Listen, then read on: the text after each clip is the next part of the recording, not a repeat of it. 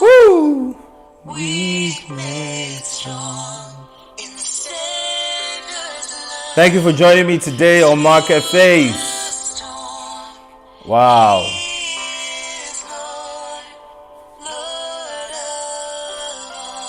Thank you for joining me today on Market Faith. I trust that you've had a beautiful day so far. Right. Please go ahead and invite your friends, invite your colleagues. Let them know that we're starting right quick, any moment from now. All right. If you're watching this video pre-recorded, just forward it for about 2-3 minutes, and then we'll in real time.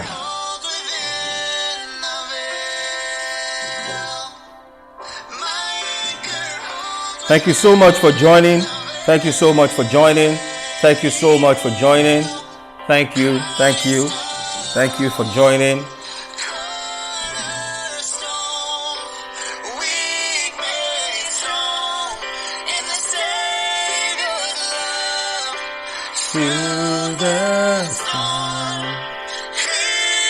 Thank you so much for being a part of today's Market Faith. You know, I trust that it's going to be really wonderful for you.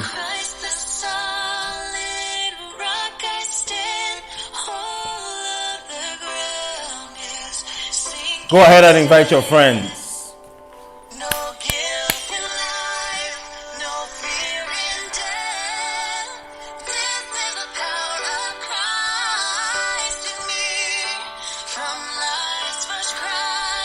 To final breath commands my destiny.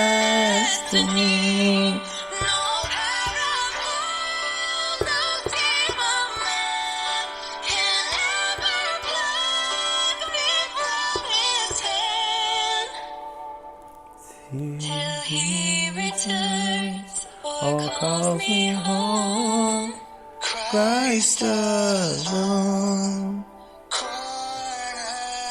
All right, please go ahead and invite your friends. Go ahead and invite your colleagues. All right, we are starting now. Awesome, beautiful song, wonderful song. All right, thank you so much for joining me today on Market Faith. I am delighted that you are here, excited that you are here with me once again.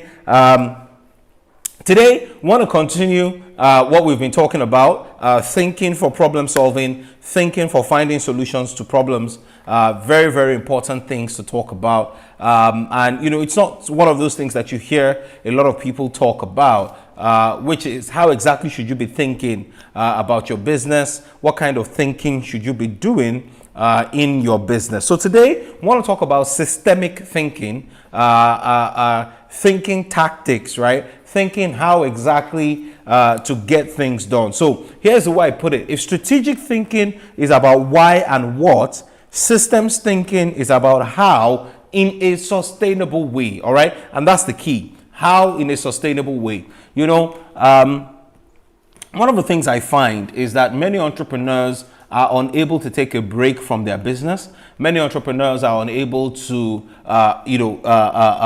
delegate many things in their business without those things crashing, falling to the ground, and falling apart and all those types of things. And so sustainability is critical. Talking about sustainability is very important, because if you're not able to do things in a sustainable way, then what's going to happen, right, is that you're going to be tired, you're going to get burnt out, and you're really just going to be in a place where you're like, you know what, I don't want to do this business anymore. You know, I was talking to someone recently. Well, we weren't really having a conversation. I noticed that the person put some things on their status and things like that, and they were really just, you know, essentially, for lack of a better word, you know, just telling people that, look, you know, I have a life outside of this business. Your customers can't come and kill me. And you know, stuff like that. And I was, you know, trying to chat with the person and say, look, you don't do things like this, right? I know you have probably had it up to here, and customers are on your neck every single time. But you know, it's amazing. That's the kind of testimony that some people are praying for. They want customers to be on their neck, and you know, for them to, you know, just do things and all of that, and have people that are calling them and asking them questions and all of that. And it's just amazing, right? One man's meat is another man's poison, right? So Strategic thinking is about why. Strategic thinking is about what. We covered that a bit extensively the last time. Systemic thinking is about how, in a sustainable way, right? For lack of a better word, this is where the tire meets the road. This is the roadmap to the goal. This is the actual roadmap. The roadmap we talked about in thinking strategically was very high level, but in this case, we're now becoming more tactical. We're now getting into the nitty gritty of what exactly we need to do to get to the level that we want to get to. So this is very important. Systemic thinking is about developing the step-by-step approach to a particular task. If what you want to do, you want to, provide superior tailoring, to your customers, right? How are you going to do that when you're sowing? What exactly needs to be done to get it? And how do we ensure that it happens in a sustainable way? Meaning that maybe not necessarily with your input every single day, but in spite of that, we can still achieve the results that we want to achieve as a business. So the first thing I want to say to you as we delve into this is that everything that is successful, right, has a system. Success is systematized. Success that cannot be systematized is not true success, and it cannot be sustainable. I'll say that again. Success that cannot be systematized is not true success, and it cannot be sustainable. What that means is that whatever it is that is successful, think of anybody that is successful in this life. There are systems that they have for doing certain things. Look at your body as a human being. Your body functions by systems. There is a digestive system. There is a reproduction system, right? There is a customer service. In business now, there's a customer service system. There's a banking system. Even when you pray, right? For those of you who are people of the Christian faith, when you pray, Jesus Christ gave us a system, right? The disciples came to meet him and said, Father, teach us to pray. And he said, listen, our Father who art in heaven, hallowed be thy name. He gave them a system, right? Everything that is successful and everything that works has a system. Whatever doesn't have a system cannot be successful in the long run. And I'll tell you one of the reasons why this is important. Imagine that you drive a Toyota car, but you need the input of Mr. Toyota every single time you want to drive that car. That car can never grow beyond the confines of his immediate influence. Why? Everybody's going to need him to start the car. So, a systematized car is a car that it is DIY. They can give it to you and you can run the car, operate the car by yourself. All right. It doesn't mean you will not go to a mechanic, but it means that the everyday workings of the car is dependent on you. So what am I saying? If you want to be successful as a business, you need this type of thinking. Thinking along the lines of building systems. It gives you freedom and ability to do things as a business owner. The reason why you can't take a vacation is because there are no systems in your organization. It's as simple as that. The reason why you can't do certain things is because there are no systems. When there are systems, you will be able to get things done. Look at your digestive system. We don't need the help of God every single time we want to digest food. God has put a system in place that digests the food whether he is involved or not. You don't need to pray for your food system to digest food. All right.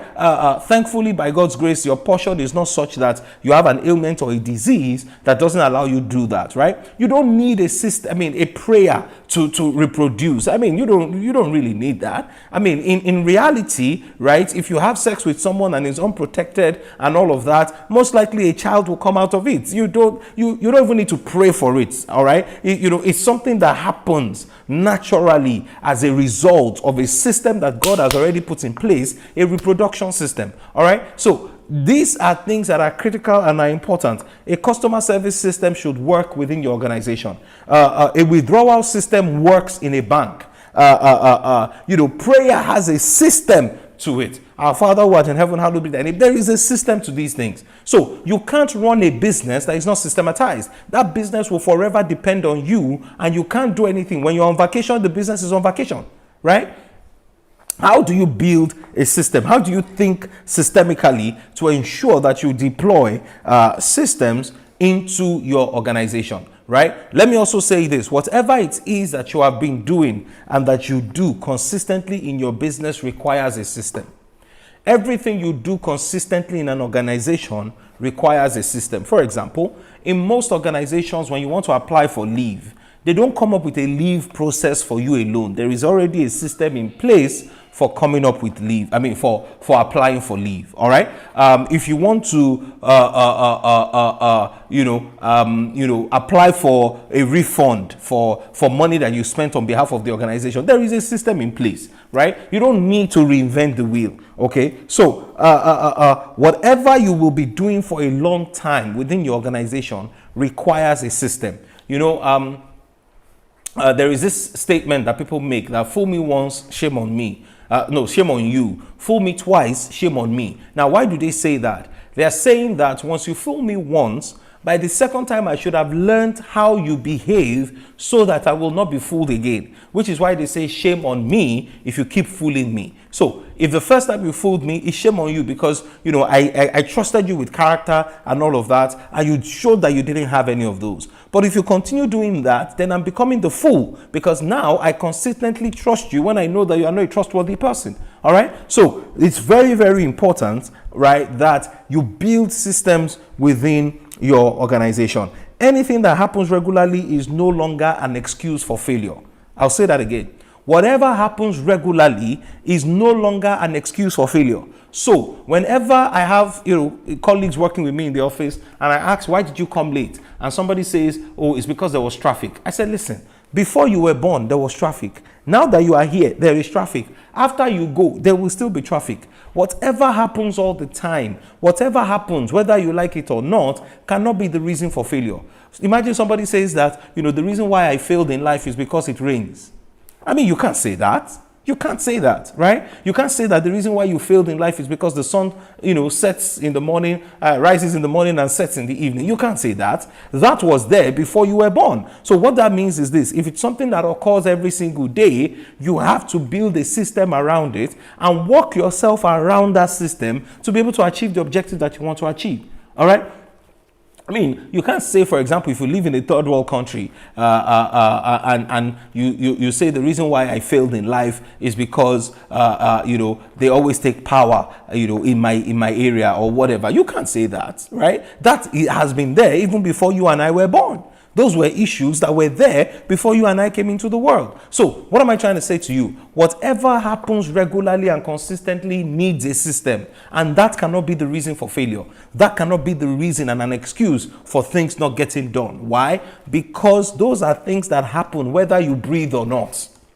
Very, very important. So how do you design a system? I'm going to try and talk through this very quickly and try and make it not too theoretical, right? When you want to design systems within an organization, how do you do it? The first thing is this: define the goal of the system.